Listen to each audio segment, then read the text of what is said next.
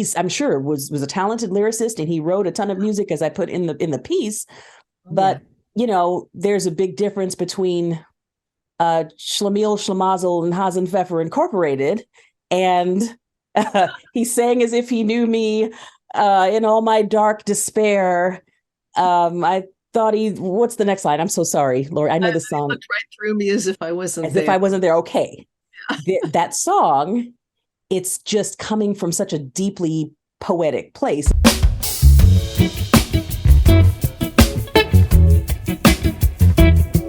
Well, hi, folks, and welcome to I'm All Over the Place. We have another installment of my interview series. This time, it's with a woman named Lori Lieberman, who wrote the poem that was the basis for the writing of the song Killing Me Softly, and I did an entire breakdown on her.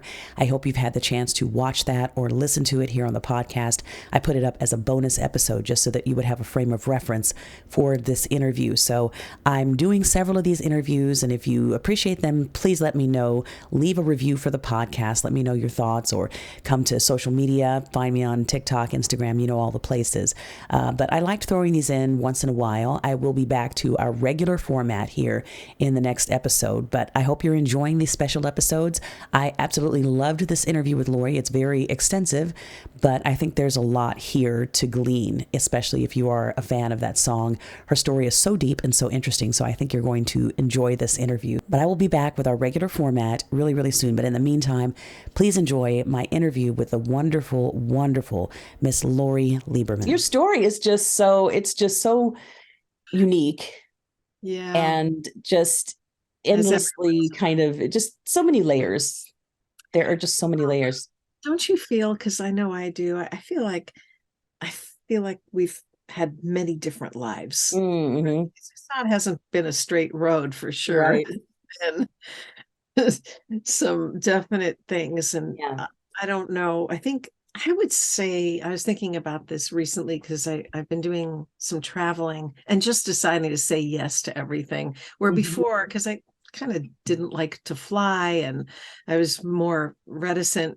Now I'm just sort of saying yes. So this year alone, I went to Barcelona, and my husband and I drove up to Telluride with our husky, which was a long drive, 2 days. And then I went to Denmark. And I was thinking that I'm probably now at this age, probably the happiest I've ever been. This is the time, That's so cool. I'm so glad to hear that, and just kind of, reading about your story. And I'm just going to be nosy, if you don't mind. And if there's something that you prefer not to talk about, you can either ask me to. What'd you say? Yeah, that one thing. Yeah, no, I'm kidding. That, you can ask me to edit it out, or just be like, I don't really want to go there.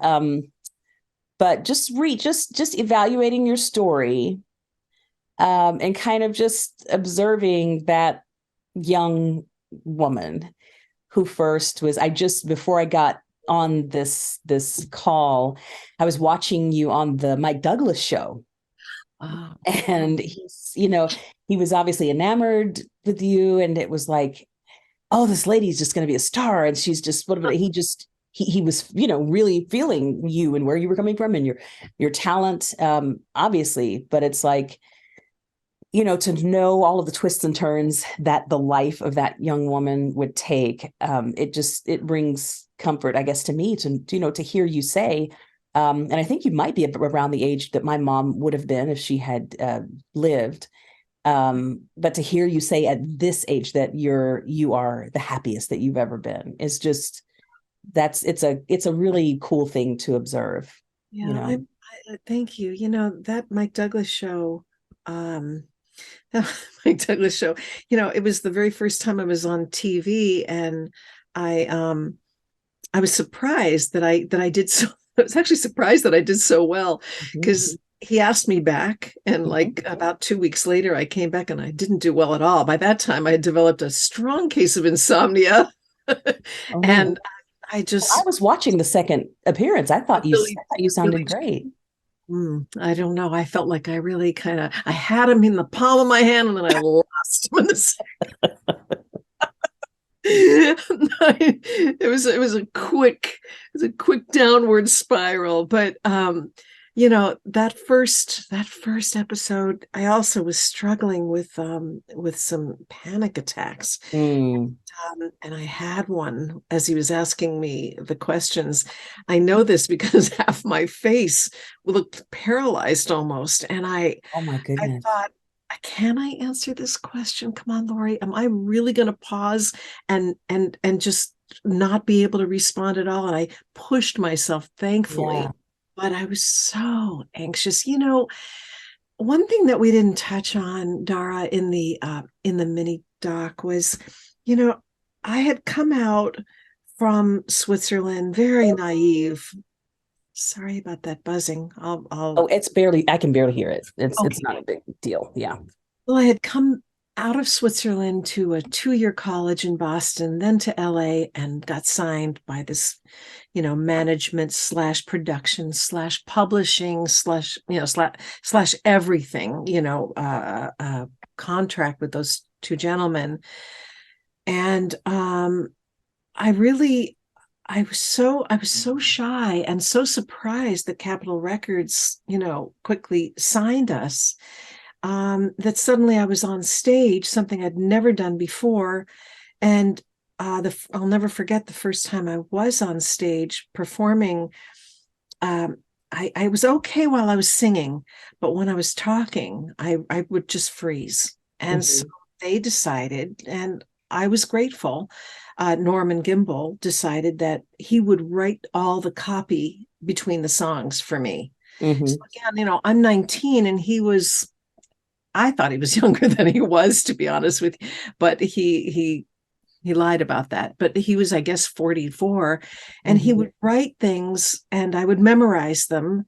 And the first years of my career were me singing and very stiffly saying things like, young people today are young people today, I reflect on just the way I didn't talk at all. And one of the things, though, that he told me and wrote that I should say before killing me softly was this. And I have said it like this for, I don't know, probably 20, 30 years. Yeah. And it was this. This next song was written after I'd gone to a club to hear Don McLean, and I was so moved by his performance that I wrote a poem on a napkin, and I relayed this poem to my producers, and that's how Killing Me Softly came about. I mean, he wrote that for me. And for him to, many years later, as you said in the mini documentary that you did, that no, I had nothing to do with it. But those were his words. And, his actual script. Actually, yeah. So, it was a difficult beginning of my career for so many reasons, not only because I was so anxious and so out of my element. So, there are 19-year-olds and 19-year-olds, and I was a really young 19-year-old. He was my very first, boyfriend. Wow. And and I modeled my relationship with him after my own parents, who had an unhappy marriage. My father had an affair with his secretary for a good 20 years before finally leaving my mother and marrying her, the secretary. And so I was enthralled when Norman Gimbel, looked at me a certain way and was attracted to me in that way. And it gave way to more panic attacks, more anxiety, and it made my singing career so much harder than it had to be. I have so many questions because I've watched several interviews that you've done with other people, and I'm like, well, ask her this and ask her that. And so now that it's my turn to ask you, I'm sure I will just not remember half of the things that I want to ask you. But you did allude in one of the interviews that you were kind of a prime target. And I know you just made reference to the fact that your dad was, unfaithful to your mom and you'd watch this kind of dysfunctional relationship play out in front of you. I guess what other factors would you say contributed to making you particularly vulnerable to getting involved in this, this, I think this Jada Pinkett Smith put it, this entanglement with, right. with Norman Gimbel. I think it's interesting because I wrote a song called Cup of Girl, and it details exactly why I was fodder for that kind of thing. Mm-hmm. And it goes, you take a cup of girl, share a tablespoon of world, for some color, don't forget parental strife, add a touch of promiscuity and a touch of something. Let her simmer on the fire and watch her rise. Then you scrape away integrity and you meddle with her sanity. When you bring her to a boil, lower the flame. For a singer who can't speak, so I really didn't. I had a singing, but I had no. And the song goes. I'll probably break up all over the place, but I'll try it. Can you hear this? Yes. Well, you take a cup of girl, share a tablespoon of world, for some color, don't forget parental strife. Add an ounce of opportunity and a touch of promiscuity. Let her simmer gently on an open fire. Watch her rise. Then you scrape away integrity and you meddle with her sanity. When you bring her to a boil, lower the flame. Then you mix 2 parts dishonesty with 1 part ingenuity. It's a tried and trusted foolproof recipe for a singer who can't speak. Can you hear that? Should I continue? So you take a cup of girl, hide a tablespoon of world, add a German car for long hot summer nights, where you'll wipe a little dirt off and take her little shirt off, and you'll earn her trust up on Mulholland Drive. Then you'll rifle through her diary, write some words about her family, write a song about the times you made her cry. And then you mix 2 parts dishonesty with 1 part ambiguity. Give her fountain pens for legal stuff to sign, for a singer who won't mind. My husky. So you broke this cup of girl, but she grew wiser in this world and forgave herself so many different things. She knows truth is all that matters, and that greed just makes you fatter, and she'll speak out any time she feels the need. So take your money, take your credit, take your secrets along with it. You can take it all, but not her memory. She has choices to choose with and a voice, and she will use it. She no longer rides a pendulum that swings, and she'll sing, she'll sing, she'll sing. You take a cup of girl.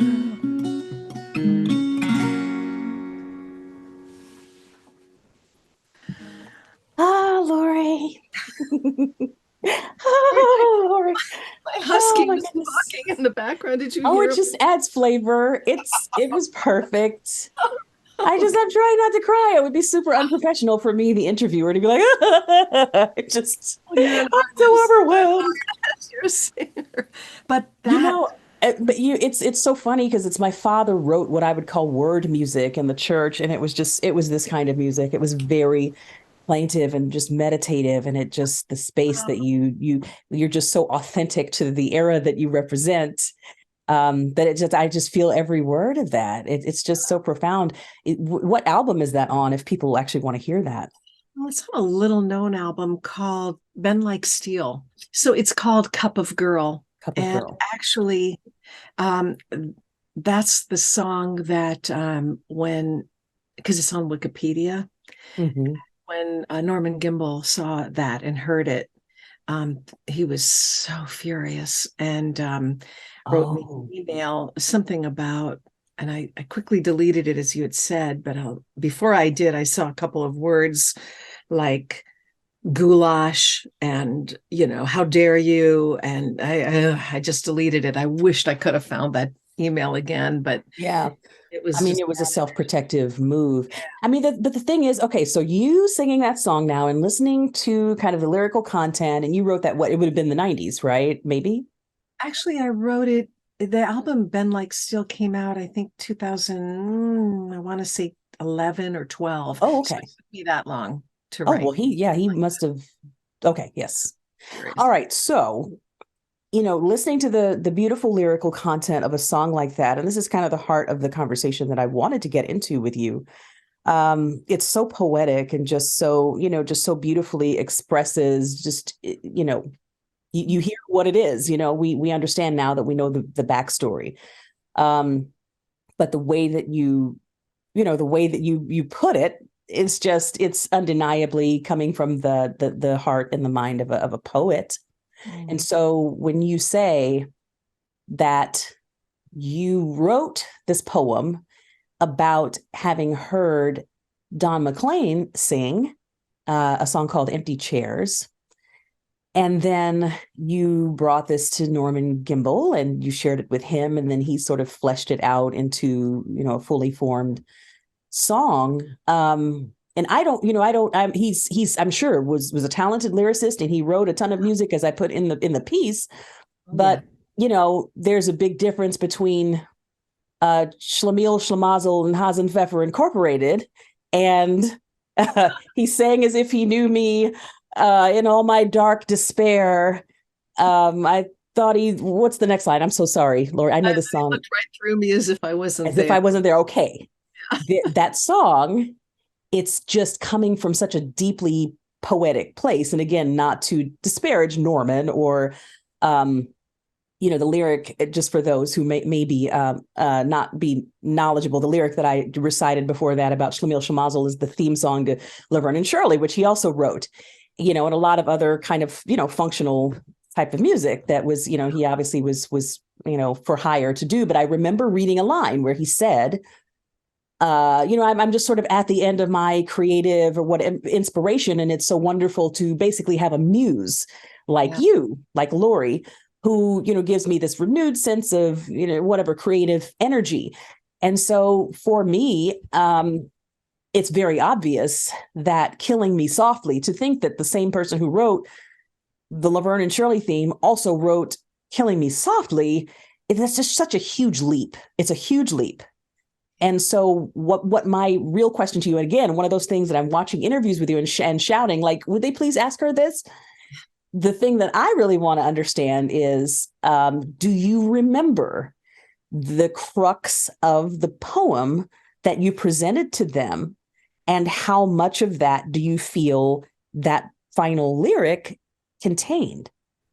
Oh, I remember the poem very well. But I think that, you know, again, the way it happened is my friend writer Michelle Willens, and I were really good friends, and she lured me out of my apartment building and told me that I should go to hear this singer I hadn't heard of. Really, I think I must have, looking back, I guess I must have known about American Pie, but anyway, and I was going, was having a hard time, etc.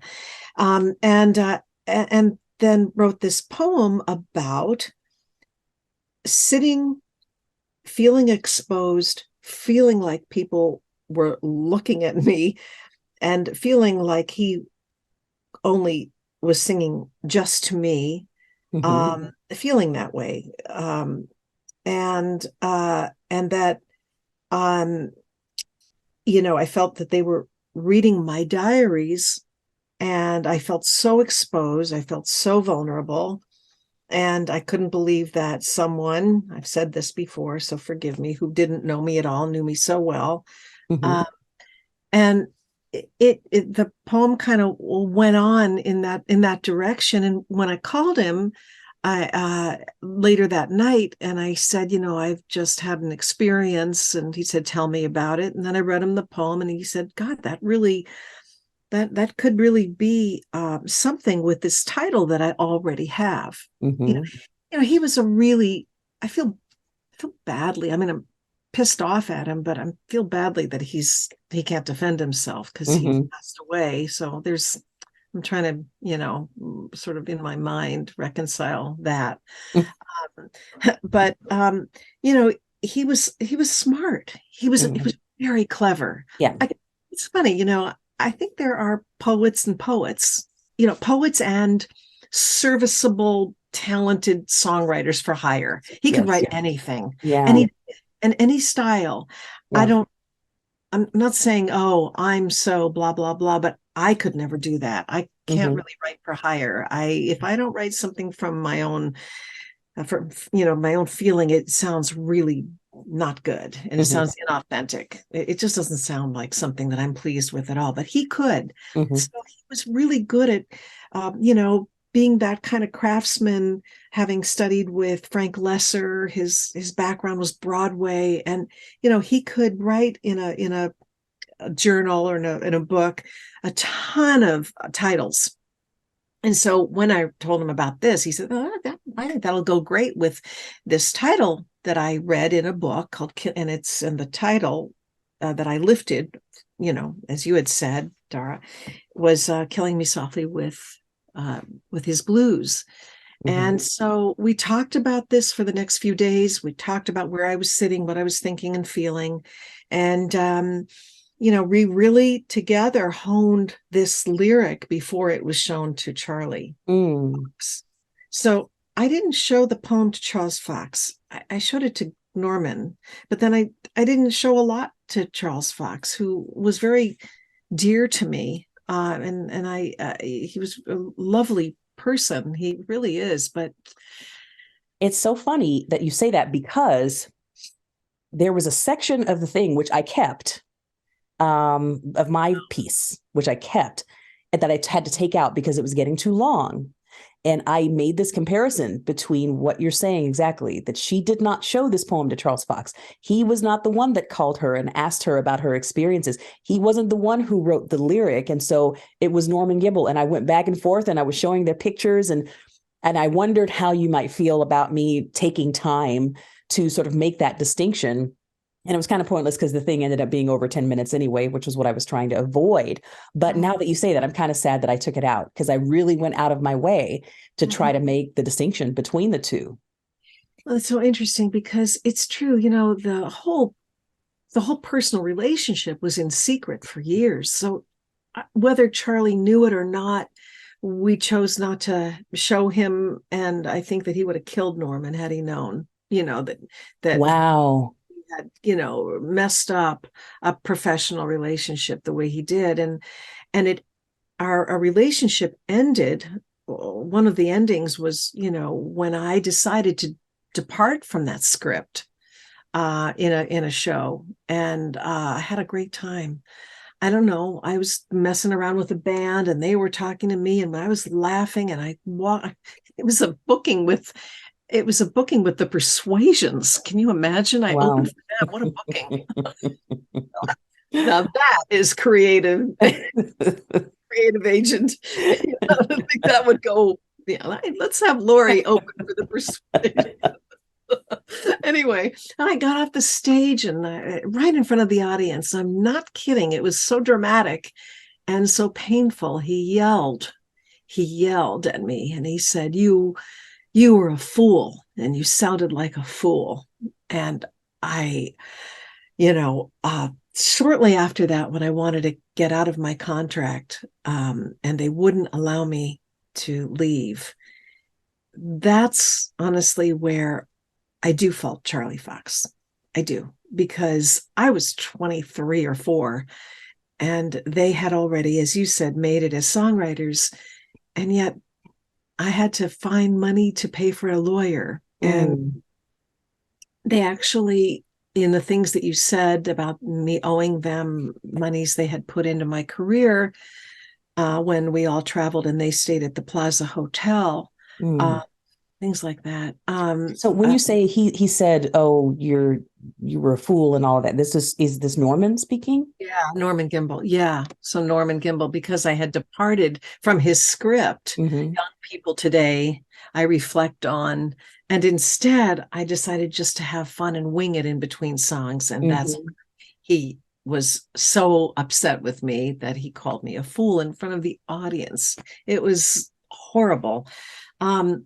But not only then did lawyers' letters follow, and Norman had warned me, get ready, buckle up, it's going to be a rocky road. And it was.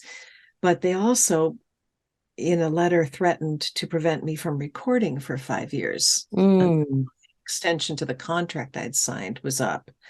So it was really a time in my life that was, a crucial time. My career definitely stopped, and that was all my 20s, basically. I hate to go, poor me. No, I mean, I think people universally, when they saw the piece, I think especially, now considering like the Me Too movement that's come along and all of that, and we understand things like grooming and predatory behavior. I think as a society, we are understanding those things more than we ever have.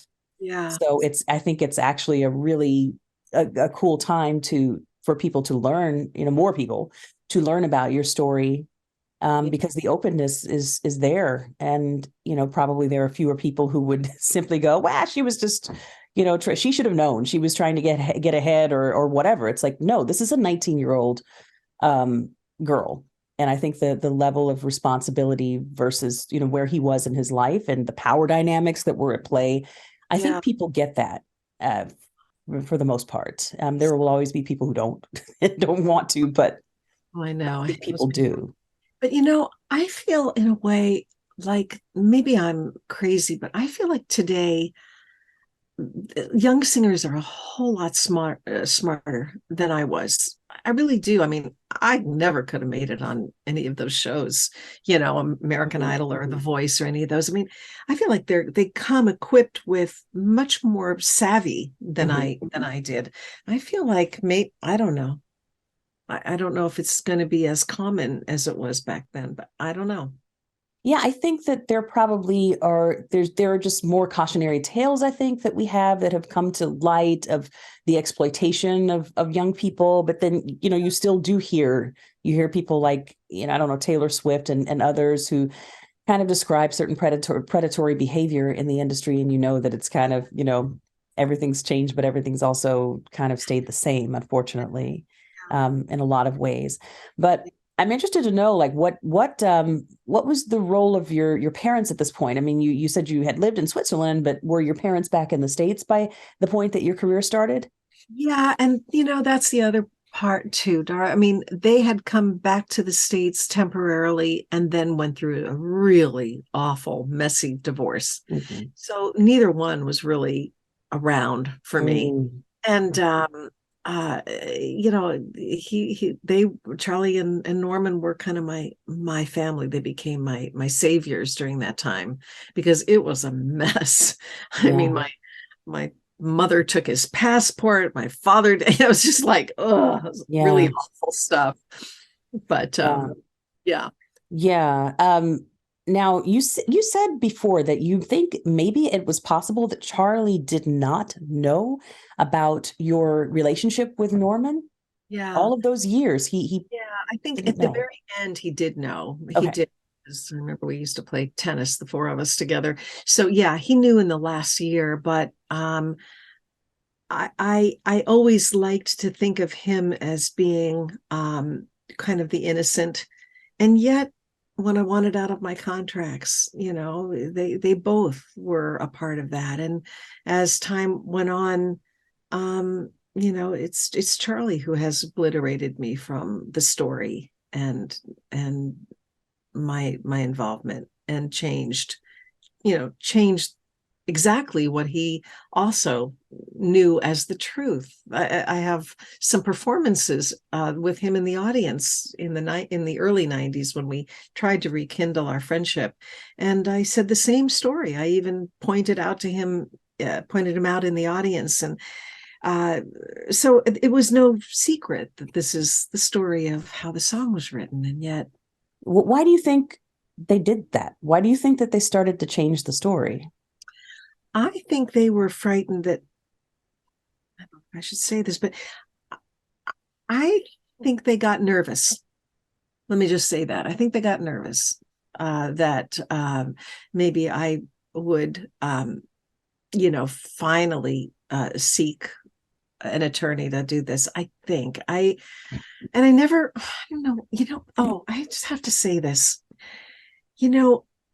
I didn't want to make waves. I was advised not to. It was going to be a mess. I could never afford to go after them or to claim what I felt was mine, and was it really mine, and did I have a right, and all that stuff. But in 2 years ago, in talking to Roberta's manager, I said, can I just ask you a question? Why didn't she get credit? Why didn't she get credit for whoa, la, la, la, la, la, la? That's hers. That was not in the original song. And Dar, today, if you write, right, much of a song, you get a piece of it. Why didn't she? And the manager said she didn't want to make waves. Yeah. Even she didn't want to. Mm-hmm. So interesting, isn't it? Yeah. I mean, this is my second thing on Roberta in just a couple of weeks. This is like a sister piece to the one on that I just did on what's the one? The First Time Ever I Saw Your Face. And it was the same thing with her. She had her battles for just power and for control of her own career, and these same stories play out over and over, as I said in my piece. Just this is what women often deal with. In the industry.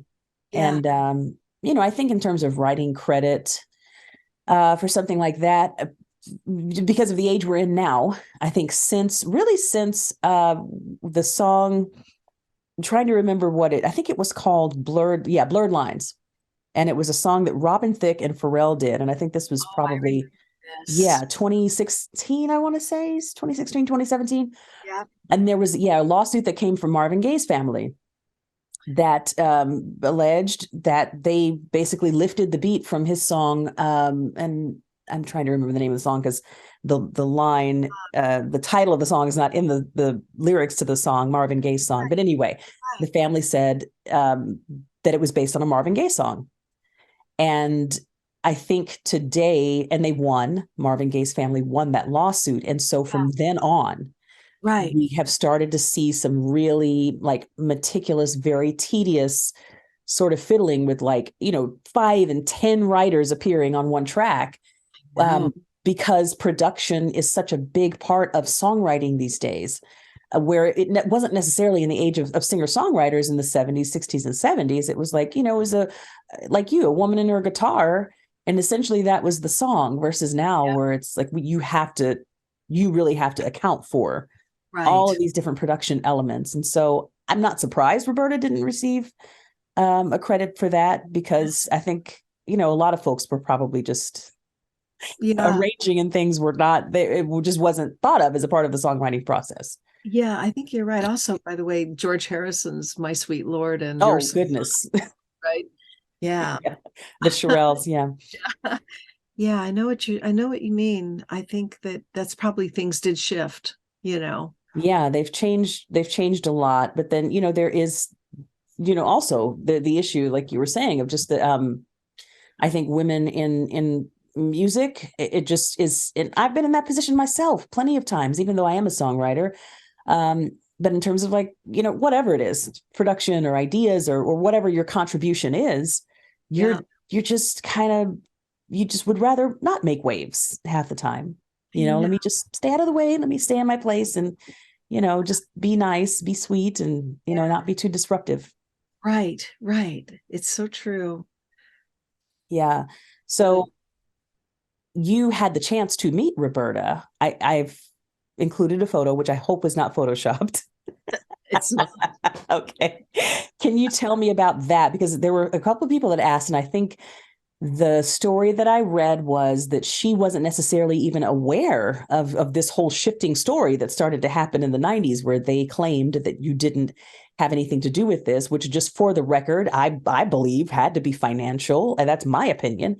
It had to be a financial concern. What you're saying is like, oh my God, she may come back and try to claim, some part of the rights to this and try to sue us and all of this stuff. But as I understand, she wasn't necessarily aware that was happening until maybe a few years ago.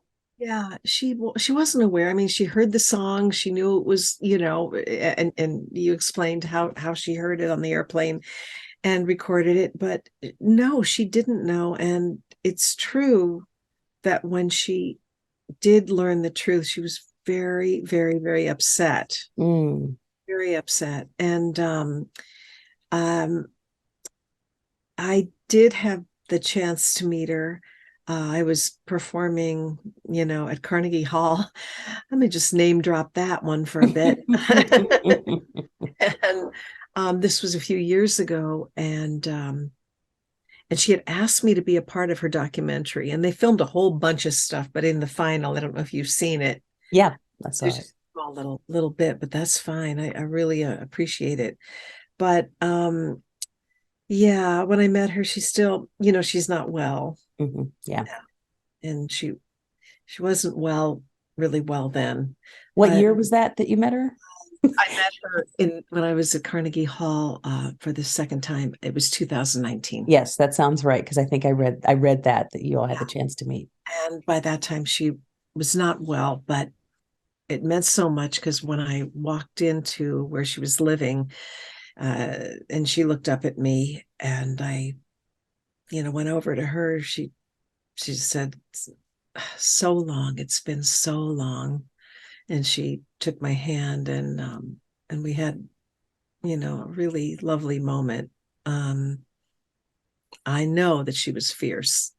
I know she would have said a whole bunch of stuff if she could have, but when I saw her, she just was, very gracious and very limited in what she did say. Yeah. The picture, to me, it just told a story. It was just, especially in light of just knowing what the history of the song is and kind of where everything went and how everything went downhill with Norman and with Charles, and then to see Roberta, who played such a pivotal role in bringing that song to light, to see the two of you embracing. It said a lot to me. I mean, I think it said what it needed to say. Yeah, I'm glad. I think so too.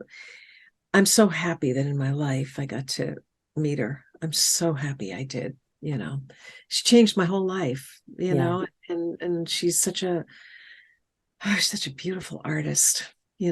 Such a wonderful, fierce, strong, intelligent. Just what a great human being she is. What a great contributor she's been. Yeah. How did she, so she came to hear you perform because she wanted to reach out to you? No, through her manager. Her manager called me and said that Roberta wants you is asking if you would be a part of her documentary. Oh, okay. And so when I did that, I went over to see her, and then we filmed what the director wanted to film. And I wanted her to come to Carnegie, but she wasn't well enough. Yeah. Do it. Yeah. I actually saw her. She was probably a foot away from me. They rolled her right beside me. I went to go hear Ron Carter at Carnegie Hall, Oh my ironically enough. God. And they rolled her in, just as the performance was about to start. And she listened to, I think she was there for the first half of it. And I was right there. I got the chance to sit on the second row. I was given tickets because I'm not balling like that. But then they rolled her out, and I'm just like, oh my God, this is Roberta Flack. If I wanted to be rude, I could have just reached out and touched her. And it was just like, Oh my you know. God, that's amazing. Yeah. Were you always a pretty big fan of hers? Yes. I mean, she's representative of just so much. I mean, like I said, I did a piece on her before the one that I did. I did a piece on the first time ever I saw your face, and just kind of talked about how I kind of see her as the continuation of Nina Simone's legacy a little bit. Yeah. And yeah, I have just tremendous admiration for her, besides the fact that I grew up with, in the 80s, hearing all of those Yeah. duets and things and that stuff. And of course, got deeper and deeper into just understanding what she's all about. She's a deep one. Yeah, she is. Yeah. I don't think she always gets the credit that she deserves, much like Nina. Oh, wasn't she amazing? Yeah. I mean, it's just, yeah, it's kind of a deep dive. I think she's one of those artists you appreciate more as you get older, I think. Yeah. But there are several things that I want to make sure to ask you. First of all, what did I get wrong in the piece? Is there anything that you want to correct or provide nuance or tweaking to? Is there anything that you went, because there always is. If I've had articles written on me and I'm just like, ugh, why? If I could just,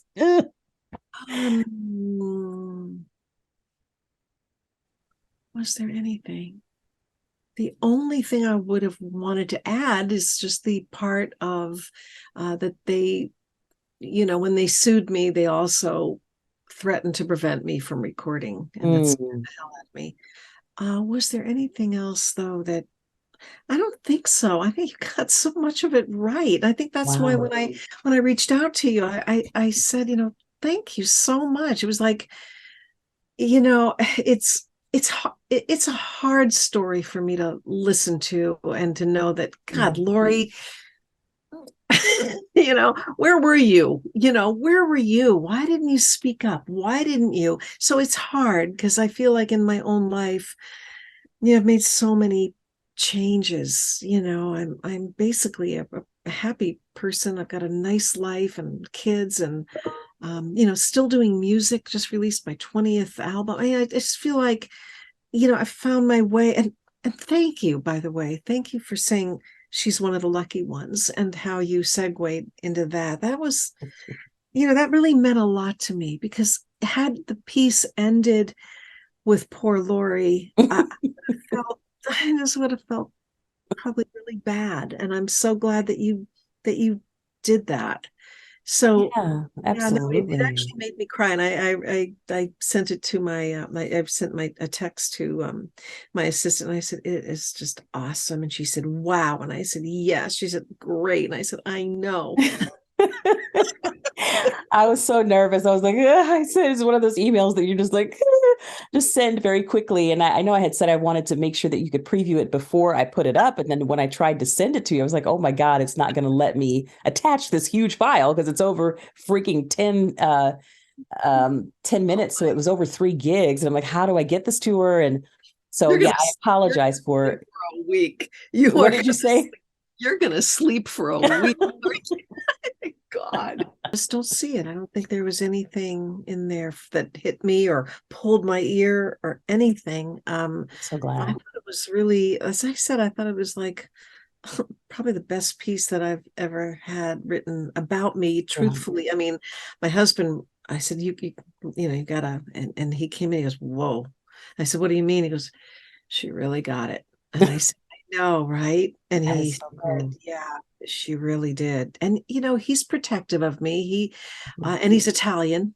So, he's not thrilled about the affair business in there, but that's my truth. That's the truth. Actually, that's probably what informed the whole rest of the story. I think if I hadn't been personally involved with them and, been, around that ring a, whatever, I don't think that it would have been as complicated.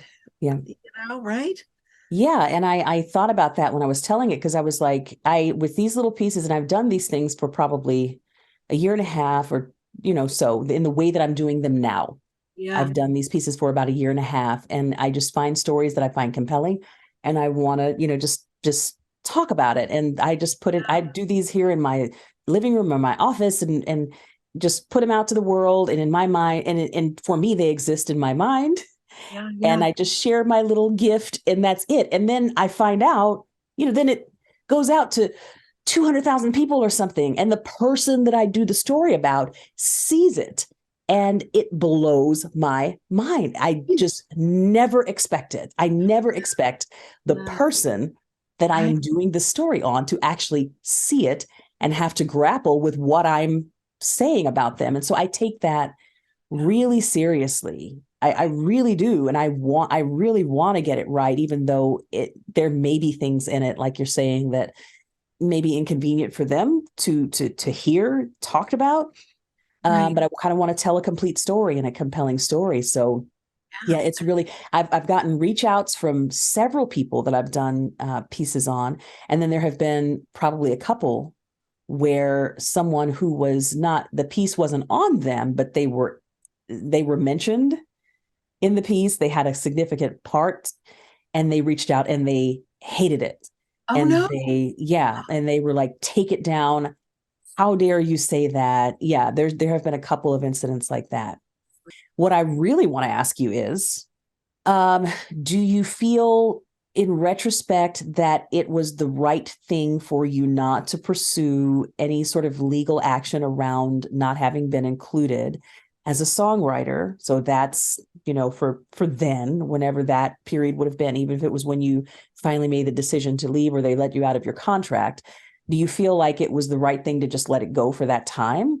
And do you feel that going forward, is that still on the table?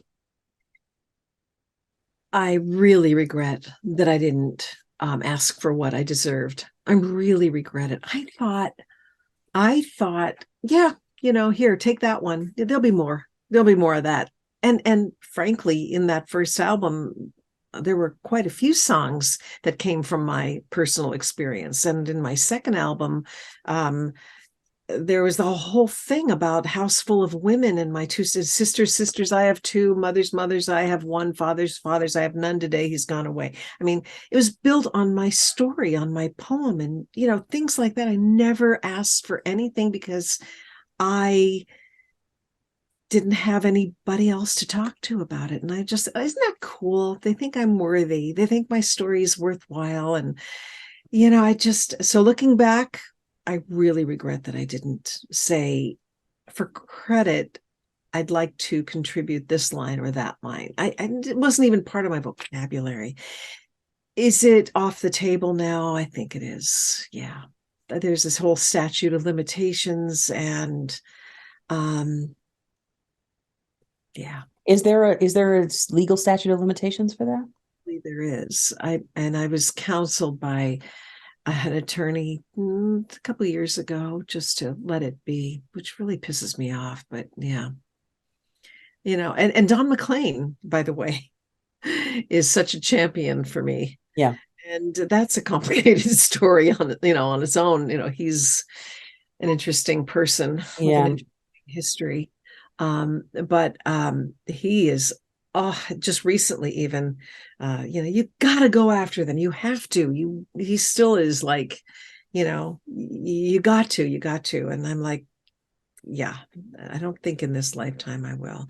You know what has made me feel good though, honestly, Dara, is that it started when Alicia Keys performed it on the Grammys, and she said, these are songs I wish, are there songs you wish you had written, and blah blah blah. And then she sang a piece of Killing Me Softly with the two pianos that she had, Yeah. And in USA Today it said, and Alicia Keys performed Lori Lieberman's Killing Me Softly. It was like, oh, that was like the first time that anyone had ever called it that. And since Wow. it's, if you look it up. Killing Me Softly is written by Norman Gimbel, Charles Fox in collaboration with Lori Lieberman. Yeah. It means so much to me. Yeah. Yes, would I have liked the money? Oh, yes, I would have. My life would have been really, really different, but it ain't so bad. Yeah, as someone who's, I'm involved in music and I love Roberta Flack, but I've never really deeply investigated the story of Killing Me Softly, but I've always heard the murmurings of this was inspired by a poem that this woman wrote about hearing this singer-songwriter. And I wasn't really super aware that it was Don McLean, who was the singer. Yeah. But I've always known that story. And so that's the cool part about it, is that I feel like just the repeating of that back at the time has carried through, and people who care about such things have really kind of always known that didn't just rise up from the earth, especially considering the subject matter. It's such a personal song.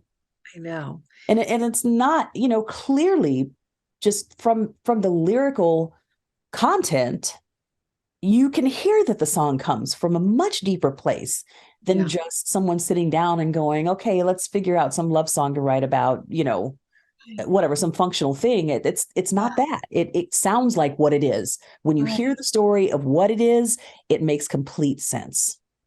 I agree. And, I was thinking, why does this song resonate with people? And I think the story is a simple story. The music is accessible. And I think you can relate. I think it sits well in your voice. It just is the right.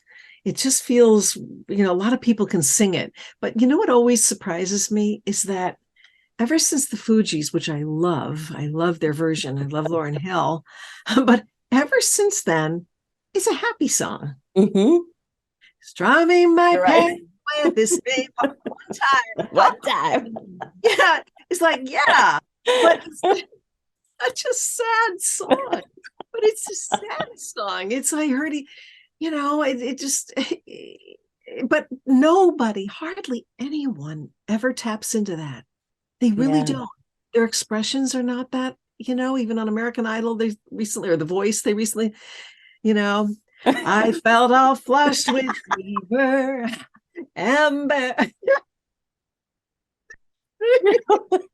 But there are certain songs that's happened to. I think Summertime is another one where it's like, one of these mornings, you gotta rise up, sing it. I'm like, do you know what this song is about? Do you know who's singing this song in the play? And this is like, degradation and, poverty, and it's expressing all kinds of just like, it's a forlorn song, but like, it evolves into what it evolves into. And you really can't control that. Control it. It's true. I always know when I'm hearing, somebody will send me something and really like it, I'll always know what path it's going down. The very first line. I know it first, right. He sang.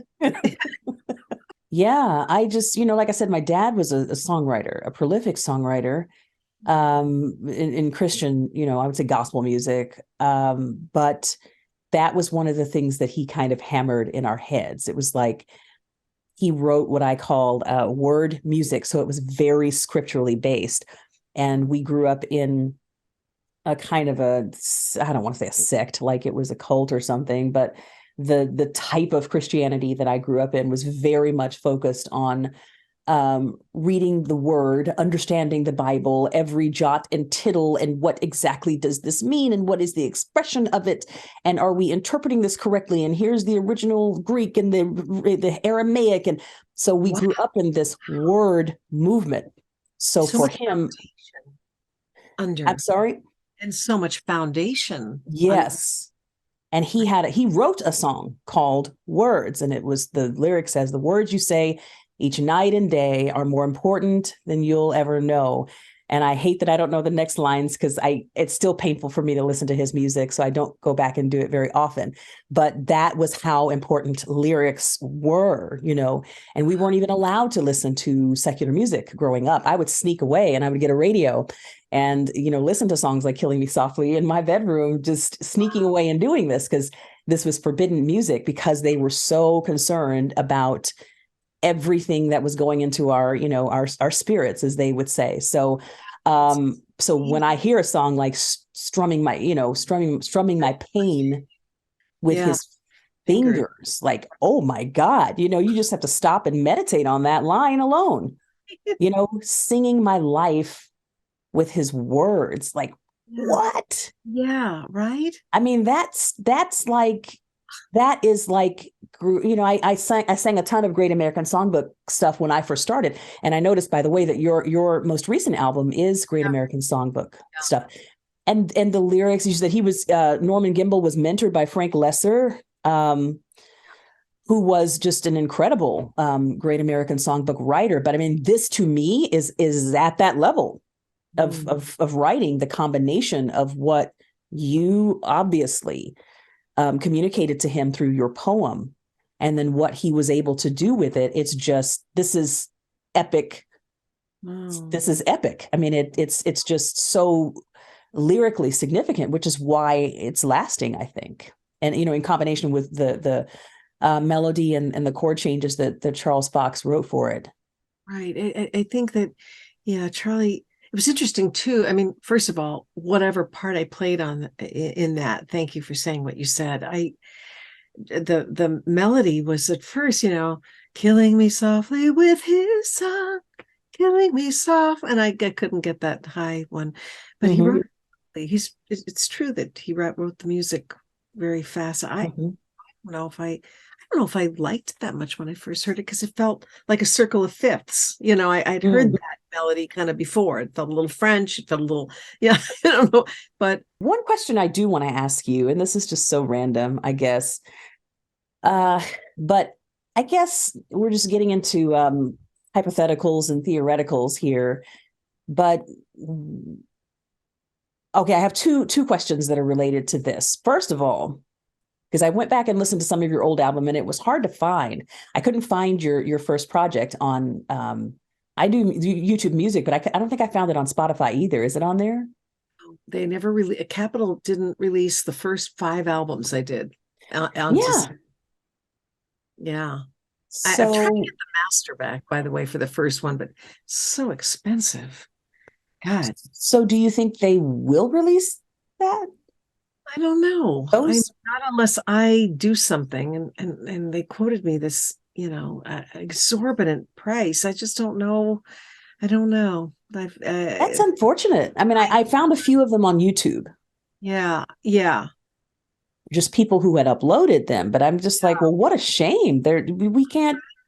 I know. I'm not sure they were really that good, but they were of value. And some people really grew up with that music, it was like, their soundtrack for their college years and that kind of thing. Yeah. So, no, I've been kind of pursuing it over the years, and I finally, as I said, got in touch with somebody about the first album, but I don't know. Yeah. I want to take that on. Yeah, I know. I'm sure it's a lot. It was, I'm sorry, what did you say? It was a lot. And not only would I obtain the masters, but I'd have to have it remixed for them. Well, put it out. So I don't know, maybe one day. Yeah. But so I guess I want to ask 2 questions around your early work. Why, in your opinion, did your career not take off as you would have hoped? Or I don't want to even assume what you hoped, but why, when I started the piece that I did, the breakdown on this, I started, talking about people like Carly Simon and Joni Mitchell and Carole King, who were, this is what was happening in music at the time. A lot of folk singers were really popping off, and that was, you were very much in that vein. And a pretty young, I'll say, white woman who really for that time would have been kind of the perfect thing to feed the machine. And I hate to speak of what you were doing in such a crass way, because I know you didn't think of it in such a crass way. But in terms of like industry appropriateness, you were perfectly positioned, I would say, and to have signed with Capitol Records on paper, that should have worked. So in your opinion, why did it not really jump off in the way that it could have? I think a couple of reasons. One, the material stopped being, I don't know. I think one of it was the material. I don't think the songs were genuine enough, you know. And I allowed a lot of them we were always under the gun. We were always doing an album. We had 6 weeks to come up with all the material and then record it. And I kind of took a step back in the second and third albums, and they kind of stepped forward. So it was really more their project than my project. So I didn't really know who I was or what I wanted to do. But in the fourth album, the head of A&R at Capitol Records, Al Corey, brought the three of us, Gimbel, Fox, and me, into his office and said, guys, you write fine, but the production is not good. And we will pay for any strong producer to come in. You guys, you can still write some of the songs, get other songs from other people. How do you feel about that? And Charlie said, that doesn't work for me. Norman said, that doesn't work for me. And I said, that doesn't work for me. And we were out of that deal so fast. They did not renew my contract. And that's why the fourth album was only released in Holland. And that's an album I'm actually quite proud of. It was produced by Henry Louis, or engineered by Henry Louis, who's Joni's engineer at A&M. And I had a much bigger creative input, but things started to slide. And definitely by then it was 76, 77, 78. And in 78 was, the music business changed to disco, 79, Donna Summer, Quarter Flash. I really had no specific identity. So I think that it was a combination of me, a weak, I take responsibility actually, because I like I said, I didn't have a strong musical identity. Didn't know who I wanted to be. I wanted to be Joni Mitchell to a fault. It was a problem. Like I listened to her too much, and it was a problem for me. She one time came to my session even, and I blew the whole session. But I did. I couldn't sing. I couldn't speak. It was stupid. But it was me. It was my entanglement. It was my personal relationship, which was a mess. It was hovering over a career that was. I think it was all those elements. And I don't think, and frankly, when I listen back to my old albums, this is just me, there's some things in there that I think are pretty good, and some things that I think are really not good. And some of the songs, again, coming from an older man doing the lyrics and supposedly from a young artist's point of view, sing a song of the 70s, let's all, but it was just, it was inauthentic, I think. I don't know. I think I just kind of lost my way.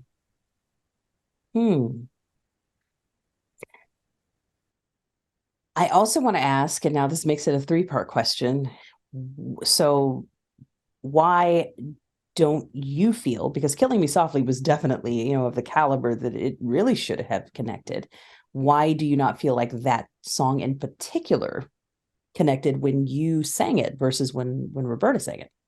I think you put it perfectly on your piece that you did. She put her magic on it. It was the Roberta magic. My version was a folk song. it was small, and it had strings, it had a male vocal harmony, and it had a backbeat. So it was, I'll be out of tune right now, but it was strumming my pain with his fingers, singing my life with his words. It was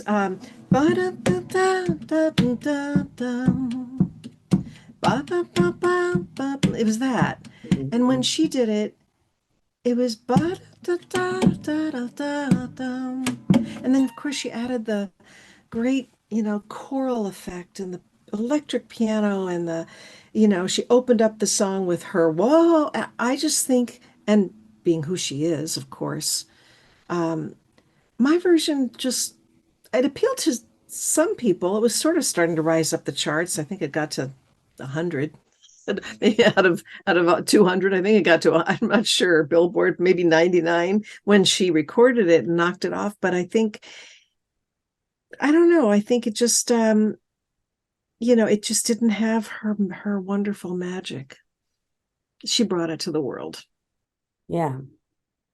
And I also probably would have to credit producer Joel Dorn for that as well, who worked with her on her first 5 albums. Exactly. And sometimes the production really, really does make the difference. And just what's done with the song. And I think I will say from a cultural perspective, to take a song that was written for more of, would you have called yourself a folk singer? Yeah. To take a song that was written for a folk singer in the way, let's say, that Aretha did with Bridge Over Troubled Water or something, right, to put that in the hands of a Black singer, and to have them kind of infuse that with that, just a little bit of what I would call grease, not heavy grease, but just a little dip of Crisco, I think maybe that, it was maybe created something that was unexpected. I guess that's the best that I could say. I just could never doubt the true magic of her. You can't compare the two. They're two different songs. I think there are two different songs. Hers was just broad and wonderful, and people could sway to it, and people could think it's a happy song, as you and I talked about. And mine was so pensive and so painful and so interior. But she found it. She really did. Yeah. For it so much. Yeah. So the third part of my question would be, again, totally theoretical, speculative. How do you think your relationship with Gimbel and Fox may have turned out differently if your career had popped off in the way that you all were wanting it to? How much do you feel like the deterioration of the relationships had to do with the fact that it just, there was not the success that you were gunning for with these projects? I think it was hand in hand that it didn't go well. It couldn't have, because I was in so much pain. I was basically in tears with every goddamn session. And it was so abusive, as you had said. I was such a mess that, it just couldn't have gone well. There was no way. It was a bad formula. If there had been no personal relationship, and I had done better, and we had done better, and we had been more open to bringing in other people, it would have been maybe something. But it was not to be. It was not to be. Yeah. So I don't know. I mean, it pains me greatly to know that Charlie and I, if I ever saw him on the street, we would not look at each other, because I liked him so much. But it's just one of those things. Our karma ran out. Mm-hmm. Well, I mean, at the very least, you just, as I said in the piece, you were, it's because of you that the world has this beautiful song that just seems to be so endlessly useful. I mean, it's just like 20-year-olds love this song and 70-year-olds love this song. It just, and I think it speaks very deeply to the just the durability of the song, that it has withstood so many reinterpretations, you know, that Roberta Flack could do it, you could do it, and then Lauryn Hill could turn around and do it. And it sounds like two completely different songs that are totally of their time and speak directly to the generation that they're introduced to. It's just, how many songs really fit that description? There are not many. So we wouldn't have the song if it weren't for you. Well, I just think, do you meditate on that at all? It's so hard for me to you know, it's so hard for me to remind myself that Lori, I mean, for me to walk down the street, not just today, and I heard somebody, you know, playing it in their car, and I went, you know, that's me. That's me. That's my story. That's my story. Yeah. You know, through the years, you I don't know, you kind of start to believe everybody else. And certainly it's almost like a PTSD thing that I have to remind myself. Now, Lori, stand tall. You did have something to do with this song. You know, come on. You know, it's a constant, if it's a meditation, it's a constant trying to reassure myself. It gets old. I'll say to my assistant, Judy, really? She goes, Lori, without you, it wouldn't. Really? Like how? Tell me again. Wait, what? You can't Google the song without, you know, I mean, I guess in certain cases you could, you know, maybe not run across your name because it is not official, but the story is just, it's very much a part of the folklore of the song. So I don't think that will be forgotten. It will never be lost to history, the pivotal role that you played in creating this piece of art. I don't think it will be, because it's such, like I said, it just makes so much sense. And it really resonates with people that you were a part of it, versus to like middle-aged guys talking about, I felt all flushed with fever and embarrassed by the crowd. Like, no. Right. Yeah. No, you didn't. Oh, that's true. Yeah. He wasn't strumming your pain with his fingers. To say that, you know, years and years went by, and there was some talk about releasing the best of album, and there had to be a meeting with Norman Gimbel, who by then lived in Santa Barbara, and my husband and I went up there and we saw him, and he actually said to both of us, he said, yeah, about Killing Me Softly. He said, yeah, I don't know what it was about that concert that moved me so much. And I said, Norman, you weren't there. Norman, you weren't there. And he goes, oh, you know, well, yes, he wasn't there. Which concert is this? The Don McLean concert, where I wrote the poem on a napkin. What? Yeah. We were talking about Killing Me Softly, and Norman Gimbel said about the time I went to see Don McLean at the Troubadour and wrote the poem. He said to me, yeah, I don't know what it was about that concert that moved me so much. Stop it. I know. I was like, Norman, you weren't there. You weren't Did there. You say that to him? I said, Norman, you weren't there. He goes, yeah, yes, I was. Yeah, what? No, yes, I was. And it's like, through time, people create their own reality. Like, he was there. So that meant that what? I never called him on the phone and read him the poem. Like what? Then right. Really? So Don McLean was singing about you? Right. You felt embarrassed by the crowd. Well, you felt flushed with fever, and it was you. He felt flushed with fever. Right. Oh, someone said in one of the comments on the video, they said, well, if I Have Receipts was a person, it would be Don McLean, because he came back and when they were threatening him with a lawsuit, when Norman threatened him with a lawsuit and said, take this out of your bio, this reference to you being the inspiration of the song, take it out of your bio. And then Don McLean just sends him the article from 73, where Norman himself is talking about the fact that your poem was the inspiration for this song. And do you know what Don McLean really said to him? No. That's on his I believe that's also on his website. And I think he basically just swore back at him and really, really, really rough with him. And that's when Norman cowered and never pursued it. Yeah, but sometimes the bullies, that's what they need. They just need somebody to punch back as hard as they're punching. Right. Yeah, it's true. Yeah. So I want to ask you too about influences. You mentioned Joni Mitchell. I feel like I heard, and someone else mentioned too, that I heard a lot of Anne Murray in your voice. And I know, are you from Canada?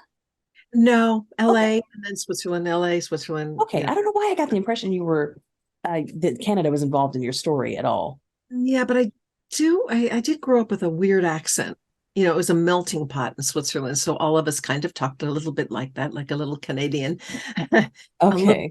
But no, Anne Murray was not an influence because she was kind of a contemporary and a colleague. Okay.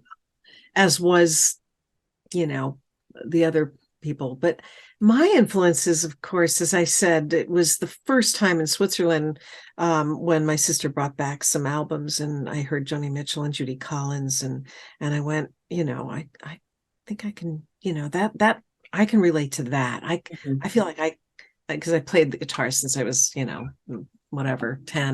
And that kind of gave me an avenue to try for, a goal to try for.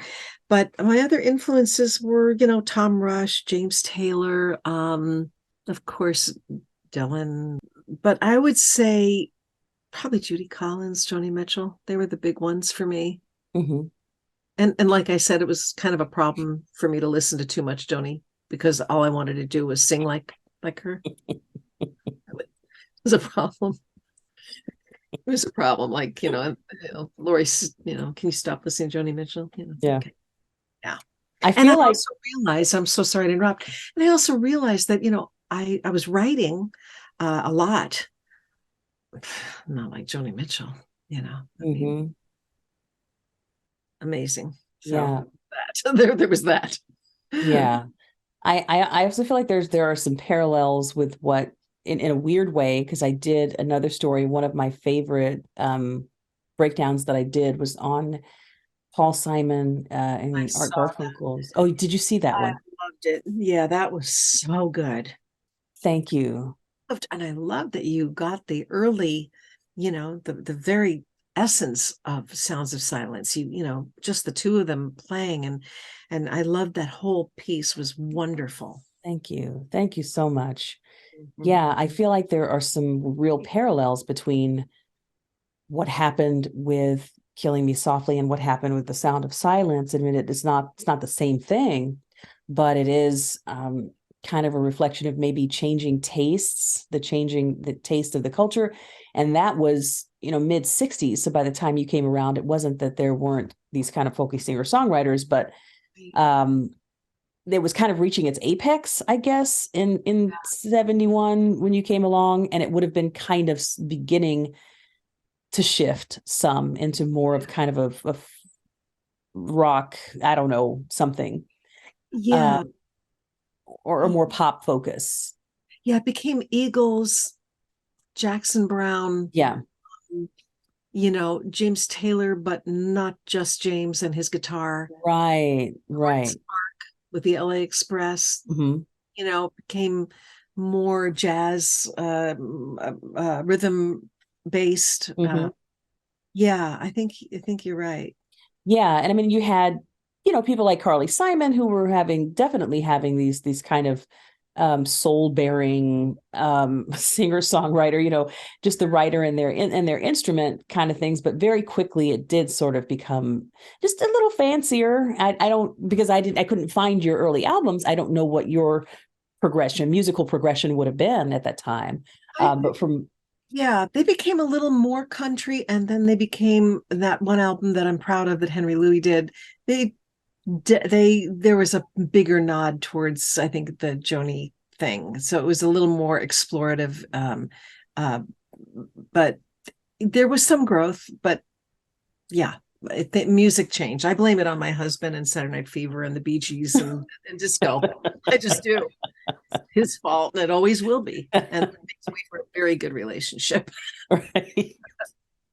Yeah, but it's, it's the same thing. And again, I bring up the racial dynamics because it's a lot of what I discuss in a lot of the work that I do. And in that piece about Simon and Garfunkel, it was an African-American man who came along and said, right? Came along and said, okay, well, this is a little bit passe, what we're doing. There is something here. There's the core of something here. And let me take the Dylan band that I'm working with and let's put something on top of this that feels a little more contemporary. And then that took the song to just a different place than where it had been.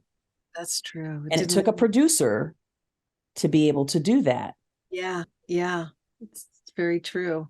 Which, speaks to the importance of producers in music. I mean, it just can make the difference between a beautiful song being a hit or just kind of sitting there. I know. You're right. Yeah. So it's just, I don't know, the parallels there are very interesting, but I could go on and on, Lori. I don't want to take any more of your time, but what I would like, if you could, is for you to play us another song, whatever it is you want to play, and then just kind of tell us about what you have going on, if you could. Oh God. What other song? What do I have? Oh, no. I hadn't prepared it. And then it's been so long since I played the goddamn guitar. I don't even know if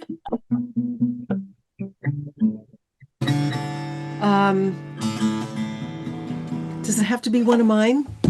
Oh, no. Whatever you want to do. Good. Whatever you want to do. Good. Wait 1 second. Let me just put this keyboard. I'm sorry. I'll have to mute myself. So what I have going on is I'm going to be at Carnegie Hall. I booked it the end of this year, December 10th. Wow. And up until then, I'm going to practice a lot. Practice.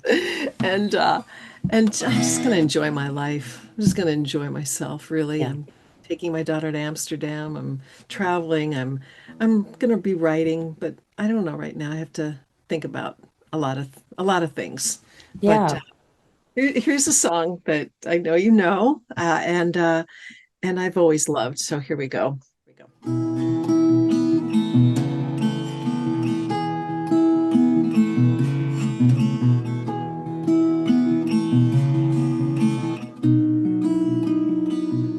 It's a lesson too late for the learning. Made of sand, made of sand. In the wink of an eye, my soul is turning. In your hand, in your hand. Are you going away with no word of farewell? Will there be but a trace left behind? Well, I could have loved you better, didn't mean to be unkind. You know that was the last thing on my mind. Can you hear me okay? As we walk on, my thoughts keep tumbling round and round, round and round. Underneath our feet, the subway's rumbling. Underground, underground. Are you going away with no word of farewell? Will there be not a trace left behind? Well, I could have loved you better, didn't mean to be unkind. You know that was the last thing on my mind, on my mind.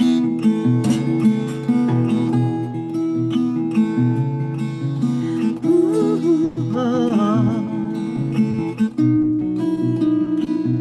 you got reasons aplenty for going. This I know, this I know. For the weeds have been steadily growing. Please don't go, please don't go. Are you going away with no word of farewell? Will there be not a trace left behind? Well, I could have loved you better, didn't mean to be unkind.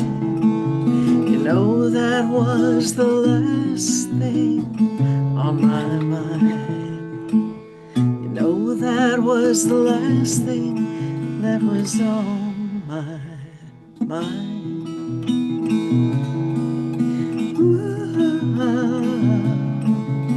Ooh, ooh, ooh.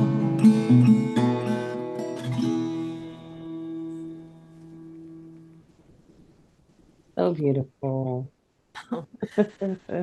That's a Tom Paxton song, but I've always Yeah, it's beautiful, beautiful. Thank you. And your sound is so authentic to that music. It's just, I just love to hear it because it's so true, you know. Yeah, thank you so much. It's just an honor to sit and listen to you and to talk to you and all of it. It's just, I was just so happy when I reached out and you all responded that you would be willing to do this, because I was like, well, she might be sick of talking about all this. She just might be, wanting to leave this in the past and just not be bothered.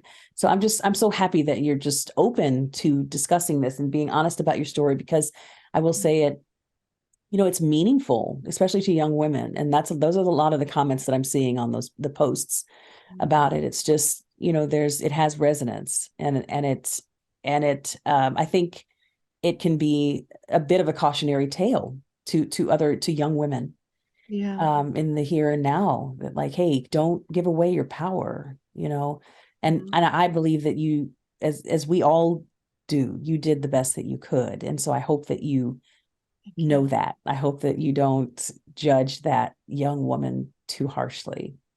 Thank you so much. Now I'm just gonna cry. We do the best we can with the information that we have at the time, and when we know better, we do better. So just know that you have been we were at the epicenter of releasing something of beauty into the world that can never be erased, and it has touched so many people, and it's lasting. So I hope you feel that. Thank you. I really appreciate it. And I appreciate your time, your questions, your artistry, your talent, and the fact that you found me. So thank you so much. Really. Thank you. I'm so glad too. And I just, I hope that I did what I could, kind of in the way you did. I did what I could to move the ball along, but I hope that your story sees, just a bigger platform than what I'm able to give it. This is just my little part of the push to kind of, I don't know, to make more people aware of that, and the way that you had your part to play in the writing of that song. But I just hope that this is part of the continuum of something that is even greater for you and for your story. Thank you so much, Dara. Thank you. I hope we stay in touch too. I do too.